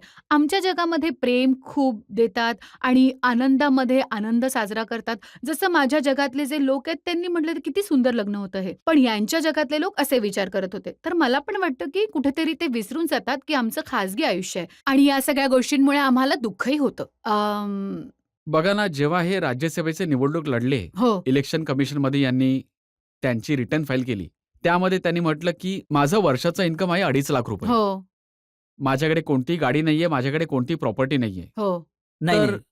तर सर त्यामध्ये एक मिनिट. एक वर्षाची रिटर्न माझी कमी भरली होती. आणि दुसरी गोष्ट, माझी इन्कम टॅक्स रिटर्न कमी होती. माझ्या वडिलांची किंवा माझ्या होणाऱ्या बायकोची इन्कम टॅक्स रिटर्न कमी नव्हती. तर ते हे खर्च उचलू शकतात ना. गोष्ट हीच आहे, की सडनली लोक हे विसरून जातात, की ही एक खूप विचित्र गोष्ट आहे. म्हणजे या पण लग्नाआधी जर मी भले गाडी, घर काहीही विकत घेतलं, तर समजण्यालायक होतं. अचानक लग्नानंतर माझे सगळे पैसे गायब झाले. अचानक आता मी कोणताही खर्च करू शकत नाही, तर काही हरकत नाही. इट्स तुम्ही जस्ट यांच्या पक्षाचं परसेप्शन. नाव तर पाहिलं आहे ना, आम आदमी पार्टी. हो, तर यांची जी स्टाईल आहे, लोकं म्हणतात ते तर राजा महाराजांसारखे आहे, ते तर खास हो, आदमीसारखं आहे. हो. माझे जे मामा आहेत, ज्यांच्यावर मी खूप जास्त प्रेम करतो त्यांच्यावर. ते एक फॅशन डिझायनर आहेत पेशाने. हो. तर ते सगळे कपडे मला चांगले शिवून देतात, जे आज पण मी तुमच्या शोमध्ये घातले आहेत. ते माझ्या मामांनी मला पाठवलेले आहेत. तर जेव्हा मामा असा असेल, तर भाच्याला काय प्रॉब्लेम येणार आहे? मामा भाच्यांचं तर एक वेगळंच प्रेम असतं ना. अच्छा, पहिल्यांदा लोकांना माहीत पडत आहे की हे सगळं काम मामाजींचं आहे. हो. आणि खरंच मी तुम्हाला आधी देखील म्हटलं होतं ना, की माझ्या जी डोक्यामध्ये एक इमेज होती पॉलिटिशियन्सची, ती हे सगळं बघूनच तर चेंज झालीये, की politician can be super stylish, super handsome, young आणि आणि त्यांच्या कामामध्ये काहीही फरक पडत नाही. स्टाईल आतून येते, जी याच्या रक्तामध्ये आहे. माझं सर या देशामध्ये कित्येक नेते मोठे स्टायलिश कपडे घालतात. आपले हम्म. आदरणीय प्रधानमंत्री खूप स्टायलिश कपडे हो. घालतात. इतर वेगळ्या पक्षातले नेतेही पण स्टायलिश कपडे घालतात. आणि मला वाटतंय की तुम्ही जे तुमचं राहणीमान किंवा पोशाख आहे, ते तुमच्या मनाला देखील दर्शवतं किंवा मनातून तुम्ही किती आनंदी आहात, किती पॉझिटिव्ह आहात. आणि इंग्रजीमध्ये एक म्हण आहे, जी एक खास खास करून इंग्लंडमध्ये म्हटली जाते, की "every day dress like you have to meet the queen." तुम्ही रोज असे कपडे घाला, की तुम्हाला त्या देशाच्या राणीला किंवा त्या देशाच्या राजाला भेटायचं आहे. मला माझ्या राणीला भेटायचं असतं रोज. येस. त्यासाठी मी वाट त्यासाठी पाहत मी होते चांगले फक्त या कपडे घालतो. वाक्यासाठी. आता मोदीजींनी म्हटलं की लक्षद्वीपला जा. तुम्ही मालदीव्सला गेला होतात. त्याबद्दल तर मी संसद भवनामध्ये देखील याची चर्चा केली होती, की जर मला दिल्लीहून लक्षद्वीपला जायचं असेल, तर ₹25,000 वन वे तिकीट पडतं आणि मला दिल्लीवरून मालदीव्सला जायचंय, तर मला 17,000चं वन वे तिकीट पडतं. तर मालदीव्स जाणं जास्त इकॉनॉमिकल वाटतं, तर आम्ही मालदीव्सला गेलो. राघव, एक वादविवाद खूप मोठा झाला होता जेव्हा तुम्ही लंडन निघून गेला होतात. अरविंद केजरीवाल संकटामध्ये होते. त्यांना जेलमध्ये पण जावं लागलं. पण 71 दिवसापर्यंत राघव चड्ढा दिल्लीच्या सीनपासून गायब होते. सर बरं झालं तुम्ही हा प्रश्न मला विचारला आणि माझ्या माझ्या मनातली गोष्ट सांगण्याची आणि खरं बोलण्याची संधी मला दिली. पहिली गोष्ट तर ही आहे, की सर जे फॅक्ट्स आहेत, की एका आधीपासून ठरलेला एक प्रोग्राम होता मार्चच्या पहिल्या आठवड्यामध्ये लंडन स्कूल ऑफ इकॉनॉमिक्समध्ये, जिथे मला बोलवलं गेलं होतं आणि त्या कार्यक्रमामध्ये मला सहभागी पण व्हायचं होतं आणि मला तिथे लेक्चर पण द्यायचं होतं. तर हे आधीपासून ठरलं होतं. त्या कार्यक्रमासाठी मी तिथे गेलो. त्या कार्यक्रमात सहभागी झाल्यानंतर माझ्या डोळ्यांमध्ये मला काहीतरी त्रास जाणवू लागला. त्यानंतर मी तिथल्या डॉक्टरांना दाखवलं आणि मला हे माहीत पडलं, की माझं 15 वर्षापूर्वी जे एक डोळ्याचं ऑपरेशन झालं होतं, ती समस्या पुन्हा बाहेर येत आहे. तर माझ्या डोळ्यांची जी रेटिना आहे, जो पडदा आहे, त्यात छोटे-छोटे स्पॉट्स होते, ज्याला सील करण्याची आवश्यकता होती. तर डॉक्टरांनी हे सांगितलं, की तुम्हाला इमिडिएटली इथे ती सर्जरी, तो इलाज करावा लागेल. जर तो इलाज झाला नसता, तर परमात्मा ना करो, डोळ्यांच्या पडद्यांशी संबंधित काही दुसरी समस्या उद्भवू शकली असती. तर ही एक प्रिव्हेंटिव्ह सर्जरी होती. ती तिथे झाली. या दरम्यान माझा जेव्हा इलाज चालू होता, त्या दरम्यानच माझे नेते अरविंद केजरीवालजी यांना जेलमध्ये जावं लागलं आणि जसा इलाज संपला, तसा मी परत आलो. दिल्लीची निवडणूक माझ्या अंदाजाने 25 मेला होती. मी मेच्या पहिल्याच आठवड्यात आलो होतो. आणि 1 जूनला पंजाबची निवडणूक होती. पूर्ण मेमध्ये मी इथे राहून निवडणूक प्रचाराची कमान सांभाळली होती. रोड शोज केले, रॅली काढल्या. पण एक अफवा उडवली गेली, की ती माहीत नाही कुठे गेले, कशाला गेले आणि खूप आरोप माझ्यावर लावले गेले आणि मला या गोष्टीचं दुःख पण होतं, की माझे समक्षक एक छोटासा समूह होता, ज्यांनी माझ्यावर टीका केली. त्यांनी माझ्या 13 वर्षांचा जो प्रवास आहे, मी 2011 पासून या आंदोलनाशी, या पक्षासोबत जोडलेलो आहे. तर माझ्या 13 वर्षाच्या मोठ्या तपश्चर्येला एक आरोप लावून, एक रुमर पसरवून शून्य करून टाकलं. पण या दरम्यान ज्या लोकांनी माझ्याबाबत काळजी वाटत होती, ते अप्रतिम होतं. खूप लोकांनी मला मेसेज पाठवले, फोन केले, ईमेल्स पाठवले आणि माझ्या तब्येतीबद्दल त्यांची काळजी दर्शवली. तर माझा उल्लेख पण झाला आणि माझी काळजी पण वाटली.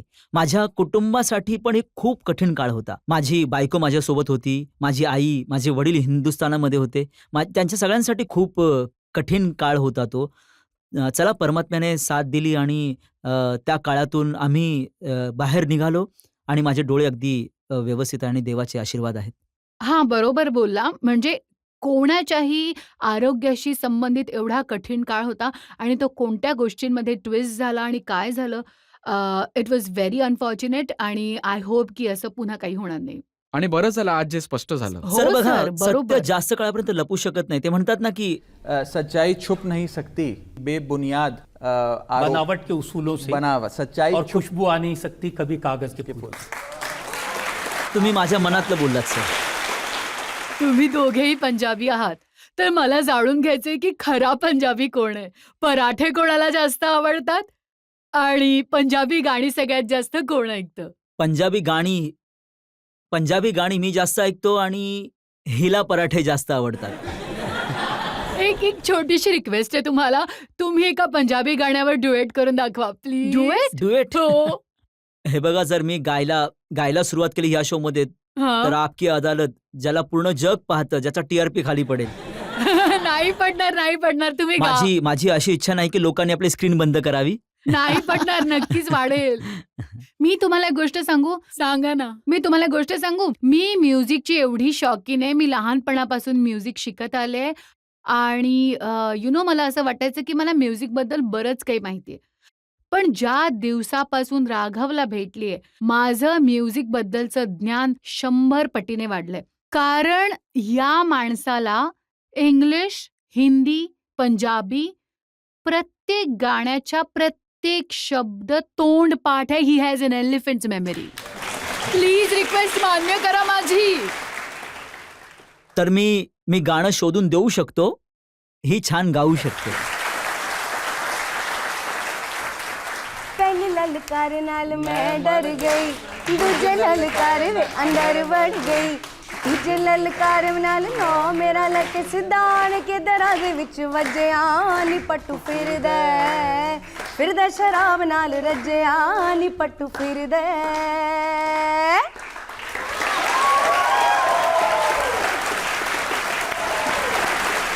तर एका ब्रेकसाठी थांबूया आणि ब्रेक नंतर आपकी अदालतमध्ये राघव चड्ढा आणि परिणीती चोप्रा यांच्यावर आरोप आणि प्रत्यारोप असेच सुरू राहतील. बघा, पंजाबमध्ये यांनी गाणं गायलं होतं एक मौका केजरीवालनु. हो. कोणीतरी मला लिहिलं की आता यांचं गाणं असं झालंय की एक मौका परिणाल मेनू. एक मौका परिणाल मेनू. हा नाही लाईफ लॉंग मौका. Welcome back. आपकी अदालतमध्ये आज आपले पाहुणे आहेत परिणीती चोप्रा आणि राघव चड्ढा. आपकी अदालतमध्ये पुढचा आरोप. आपकी अदालतमध्ये फिल्म स्टार परिणीती चोप्रा आणि राज्यसभा सदस्य राघव चड्ढा यांच्यावर आरोप आहे की हे दोघे दिखावा करतात. आता बघा, आजकाल लोक म्हणतात की बदलले आहेत राघव चड्ढा. आधी म्हणायचे माझे हिरो केजरीवाल, मी त्यांचा फॅन आहे. आता एकच हिरोईन आहे आणि जिचे तुम्ही फॅन आहात. सर, राजकारणी जीवनामध्ये ते लीड रोलमध्ये आहेत आणि मी सपोर्टिंग रोलमध्ये. आणि माझ्या खरी आयुष्यामध्ये ही माझी हिरोईन आहे आणि मी तिच्या सपोर्टिंग रोलमध्ये. नाही, तू माझा हिरो आहेस. बघा सर, नाही राघव, तू माझा हिरो आहेस. राजनीती आहे देशासाठी आणि परिणीती आहे मनासाठी. तर दोन्ही आपापल्या जागी योग्य आहेत. एक खूपच चांगली गोष्ट होते की सर तुमच्यामुळे आज मला खूप साऱ्या रोमॅन्टिक लाईन्स ऐकवत आहेत. आता उद्यापासून हे परत बंद होऊन इतके जाईल. सगळे कॅमेरा लावले आहेत ना. सर तेच, मला घरी अशा रोमॅन्टिक लाईन्स ऐकवत नाहीत. आता जेव्हा तुला रोमॅन्टिक लाईन्स हव्या असतील तर मी या शोचे व्हिडिओ तुला पाठवत जाईन. ते बघून तुझं मन रमवत जा. बघा, पंजाबमध्ये यांनी गाणं गायलं होतं एक मौका केजरीवालनु. हो. कोणीतरी मला लिहिलं की आता यांचं गाणं असं झालंय की एक मौका परिणाल मेनू. एक मौका परिणाल मेनू. हा नाही लाईफ लॉंग मौका. इनफॅक्ट मी तर असा विचार करते की संधी मला मिळाली आहे. कारण की जेव्हा आमचं लग्न होणार होतं आणि मग जेव्हा झालं तेव्हा सगळे मला म्हटले की भारताच्या सगळ्यात एलिजिबल बॅचलर सोबत तू लग्न केलंस. तर मला वाटतं की संधी मला मिळाली आहे, याला नाही. नाही.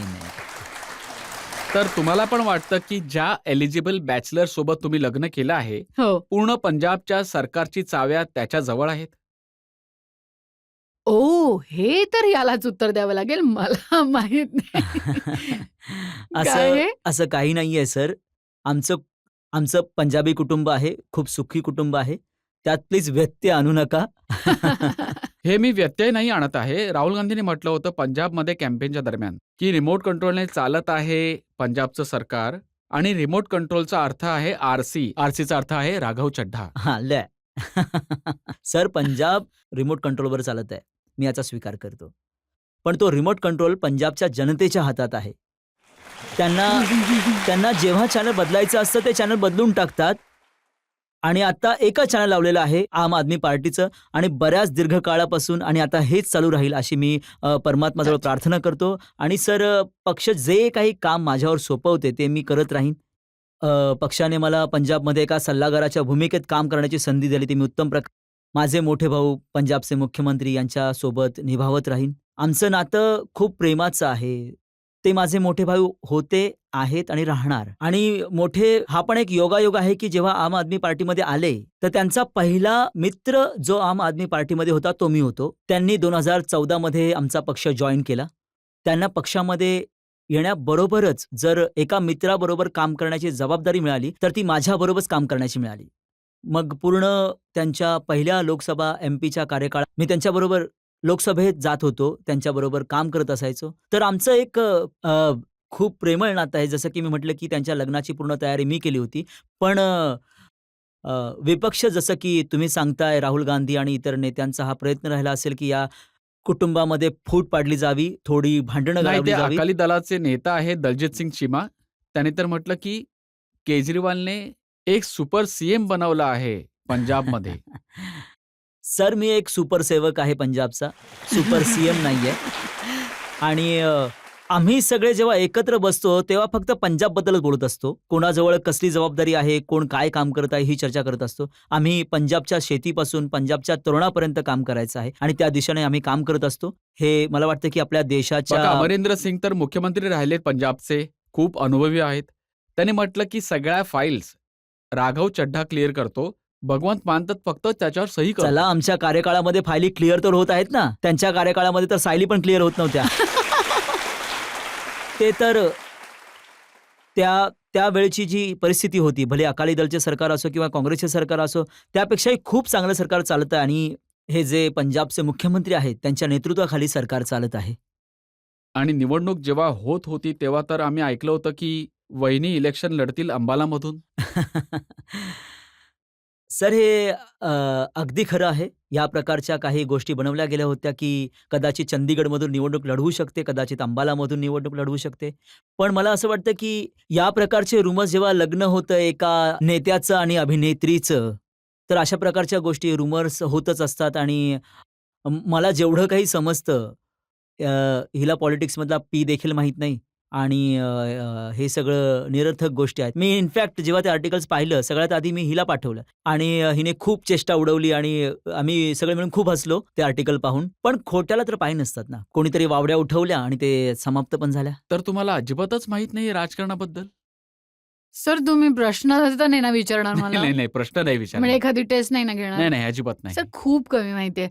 आणि मला तुम्हाला सांगायचंय की हे यासाठी नाहीये की मी एक बावळट किंवा वेडी आहे की मला काही माहितीच नाही आपल्या देशामध्ये काय चाललंय, तर अजिबात नाही. मला फक्त असं म्हणायचंय, इनफॅक्ट माझी पर्सनॅलिटी अशी की सर, तुम्ही कोणत्याही टॉपिकबद्दल जर चर्चा करताय आणि त्याबद्दल मला जर माहीत नसेल, तर मला खूपच राग येतो स्वतःवर आणि मग मी घरी जाऊन त्यावर एवढा अभ्यास करते की मी प्रयत्न करते की मी एक्सपर्ट बनून जाईन. आणि हे तुम्ही ह्याला हे हे विचारू अगदी शकता. अगदीच खरं आहे. हिला मी खूप सरप्राईज होतो की ही गोष्ट पाहून की की परीला नासाच्या ऑपरेशनबद्दल देखील माहिती आहे आणि एका पदार्थाची रेसिपी काय असली पाहिजे, त्यात कोणत्या गोष्टीची कमी आहे याची देखील माहिती आहे. आणि हिला जवळपास सगळ्याच विषयांची माहिती आहे, जेवढी माहिती मला देखील सर, नाहीये. जेव्हा मी पण बोर होत असते ना, तुम्हाला माहितीये मी YouTubeवर जाऊन मी सर्जरीज पाहते.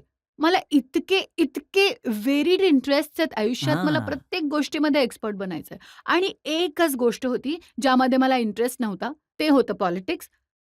सर, पण पॉलिटिक्स कारण आता मी येणार आहे, तर तुम्हाला लोकांना माहीत असलं पाहिजे. थिअरेटिकली तर मी प्रयत्न करेन की मी सगळं जाणून घेईन आणि एक्सपर्ट बनेन. पण मैदानात येणार नाही सर कधी. मला वाटतं एका घरामध्ये एक पॉलिटिशियन पुरेसा आहे. एका मॅनामध्ये एक तलवार. नाही, पॉलिटिक्समध्ये हिला इंटरेस्ट नसेलही, एका पॉलिटिशियनमध्ये इंटरेस्ट राहावा हा आणि खूप तसाच राहावा. इंटरेस्ट आहे. अरे यार! जरी त्यामधून 1-2 प्रश्न आणखी घेऊ शकतो. राघव, हा you're फायनल राउंड आहे. cute. राघव सर, मला जाणून घ्यायचंय, हे खरं आहे का की आधी फक्त आईचा ओरडा मिळायचा आणि आता परिणितीजींचाही ओरडा मिळतो? सर, माझं कॅरेक्टर असॅसिनेशन खूप जास्त होत आहे आज. हे बघा, आईचा काही प्रश्न आहे तर माझ्या आईचा ओरडाच प्रेम आहे. त्यांनी आजपर्यंत मला, आता मी 36 वर्षाचा झालोय, आजपर्यंत कधीच मिठी मारून डोक्याचं चुंबन नाही घेतलं, माझ्या डोक्यावरनं हात नाही फिरवला कधीच, असं प्रेम नाही केलं. पण जेव्हा ती ओरडून माझ्याबरोबर बोलते, म्हणजे हेच त्यांचं प्रेम आहे आणि तेच प्रेम मला देखील समजतं. तर आईचं प्रेम असंच असतं, आईची ममता ही अशीच असते. तर माझ्या आईची ममता आणि माझ्या आईचं प्रेम पण असंच काहीतरी आहे. आणि जिथवर माझ्या बायकोबद्दल विचाराल तर ओरडा तर अजिबात नाही मिळत. काय बोलताय तुम्ही? आमचं बघा, आम्ही आपापसात समजून घेतो. मी माझी चूक कबूल करून घेतो आणि ही माझ्याशी सहमत होते की तुमची चूक होती. बस सगळा प्रॉब्लेम सॉल्व्ह होऊन जातो. चूक ही नेहमी तुझीच असते. तर मग नेहमी एकाचीच चूक असते? No comment. हे बघा, लग्न झालेल्या आयुष्याचा एकच मंत्र आहे. तुम्ही तो समजून घ्यावा तर खूप यशस्वी लग्न होईल. ते आहे happy wife is a happy life. बायको आनंदी तर आयुष्य आनंदी. आणि बायकोला आनंदी ठेवतो, बायकोला वेळ देतो. त्यावर पण खूप लोक आरोप करतात, आजकाल सगळा वेळ बायकोलाच देतो, कामाला वेळ देत नाही. आता मी स्वतःच्याच बायकोला वेळ देतो ना, दुसऱ्या कोणाच्या बायकोला तर वेळ देत नाही ना. पण आरोप लागतात ना, ते म्हणतात ना की क्या शरीफ शख्स है बीवी से प्यार करता है, क्या शरीफ शख्स है बीवी से प्यार करता है, उस पर कमाल देखिए कि अपनी से प्यार करता है. तर मी माझ्याच बायकोवर प्रेम करतो. पण मी तुम्हाला एक गोष्ट सांगते. आमचे कोणी लोक मला इतक्या वर्षापासून ओळखतायत आणि मला बघत आलेत आणि मी नेहमी कॅमेऱ्यासमोर तशीच असते जशी मी आहे. कॅमेऱ्यासमोर मी तेव्हाच ॲक्टिंग करते जेव्हा मी सिनेमाच्या सेटवर असते. तर ऑफकोर्स तुम्हा सगळ्यांना माहिती आहे की मला जर काही वाईट वाटत असेल तर मी लगेच बोलून टाकते. भले मग तो राग असो, रडणं असो, हसणं असो, माझ्या आत म्हणजे कोणतेही फिल्टर देवाने दिलंच नाहीये, जेन्युइनली. अगदी खरंय. आणि जसं की मी आधी पण सांगत होते, की कधी-कधी तुम्हाला असं वाटतं, की लग्नानंतर काही बदल तर नाही ना होणार? काय मला माझ्या सवयी बदलाव्या लागतील? त्याला पण वाटत असेल, मला पण वाटतंय. पण can I tell you, he is the best husband in the world. मी मी मी मी इतकी जास्त ड्रामा क्वीन आहे, कारण माझे इमोशन्स असे पटकन बाहेर येतात. राग, हसणं, रडणं काहीही असो आणि हा कधीही मला बदलत नाही आणि कधीही असं नाही म्हणत, की तू हे करू नकोस, हे तू करू नकोस. पण तरीही मी असं म्हणते, की हा जो माणूस आहे, हा मला एक चांगला व्यक्ती बनवेल. नाही. कारण तो खरंच प्रेमळ मनुष्य आहे. लेट्स मी बी मी. आणि जे काही मला बोलायचं आणि जे काही मला करायचंय ते तो मला करू देतो आणि तो फक्त एक ड्रीम हसबंड आहे, जो प्रत्येक मुलीला हवा असतो.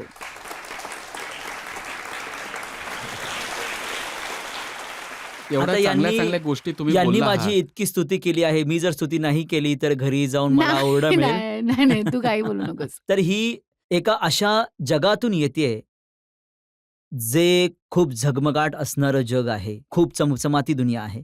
मोठ्या स्टारडमचं जग आहे. नेत्यांपेक्षा जास्त स्टारडम यांचं असतं. तर एका खूप मोठ्या चंदेरी जगातून येतेय.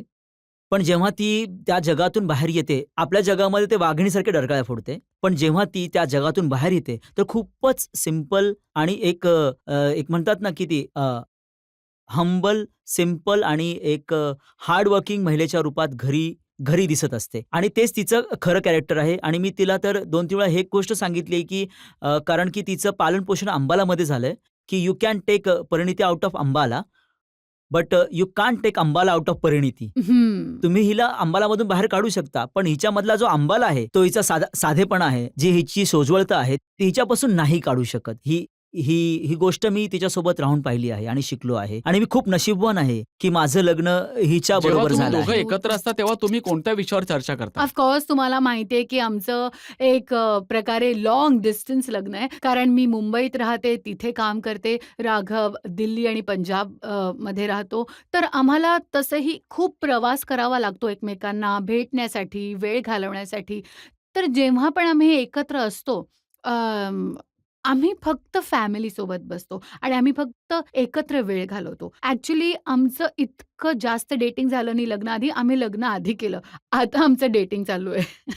तर यामध्ये पॉलिटिक्स आणि कामाबद्दल चर्चा होऊच शकत नाही आता. तर आम्ही प्रयत्न करतो, की फॅमिलीसोबत आम्हा दोघांचे कुटुंब खूप साधी आहेत आणि बऱ्यापैकी साम्य आहे यांच्यामध्ये.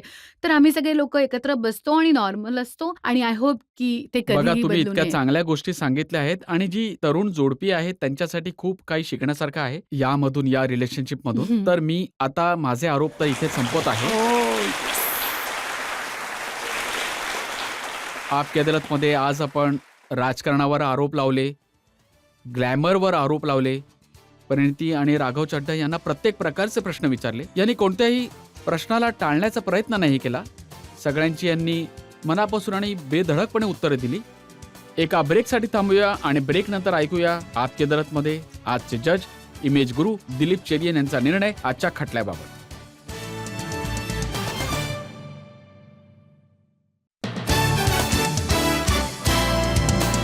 Welcome back. आपकी अदालतमध्ये आज आपण खटला चालवला राघव चड्ढा आणि परिणिती चोप्रा यांच्यावर.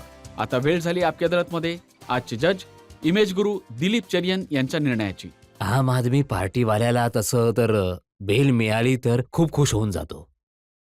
पण आज तुम्ही परिणितीसोबत ट्रायलमध्ये आलात, त्याचा खूपच फायदा झाला तुम्हाला. दोघांनाही नॉट गिल्टीचं वर्डिक्ट मिळालं आणि ट्रेझरर होऊन तुम्ही जे तुमचं ट्रेजर शोधून काढलं, तर त्या संदर्भामध्ये तुम्हाला पुढे जाऊन आणखीन खूप कहाण्या बनवायच्या आहेत आणि आणखीन लव्ह स्टोरीज पण दाखवायच्या आहेत. तर मी डिक्लेअर करतो की तुम्ही दोघं दोषी नाही आहात. जे काही तुमच्यावर आरोप लावले गेले, मिसपरसेप्शन आणि मिसइन्फॉर्मेशनची जरा काळजी घ्या पुढे जाऊन. तिथे कदाचित थोडासा प्रॉब्लेम फेस करू शकता आणि त्यासाठी बेस्ट सोल्युशन तुम्ही स्वतः शोधून काढा. थँक खूप यू सर. धन्यवाद. Thank you. वाचलो वाचलो आम्ही. मी म्हणत होतो की देशातली सगळी न्यायालय सकाळी सुनावणी झाली करून संध्याकाळपर्यंत निर्णय देऊ लागले तर आमचं ज्युडिशियल बॅकलॉग कमी होऊन जाईल जर आपली अदालत सारखं ज्युडिशियल सिस्टम चालू राहिलं तर. आमची देवाकडे प्रार्थना आहे परिणिती आणि राघव अशाच प्रकारे हसत राहो, आनंदी राहो आणि दुसऱ्यांना शिकवत राहो की खऱ्या आयुष्यामध्ये पती पत्नी कसे आनंदी राहतात, एकमेकांना कसे समजून घेतात आणि एकमेकांची कशी ऍडजस्टमेंट करतात. आजचा खटला इथेच संपवत आहोत. पुढच्या आठवड्यात आपली पुन्हा भेट होईल एका नवीन व्यक्तिमत्वासोबत. तोपर्यंत नमस्कार.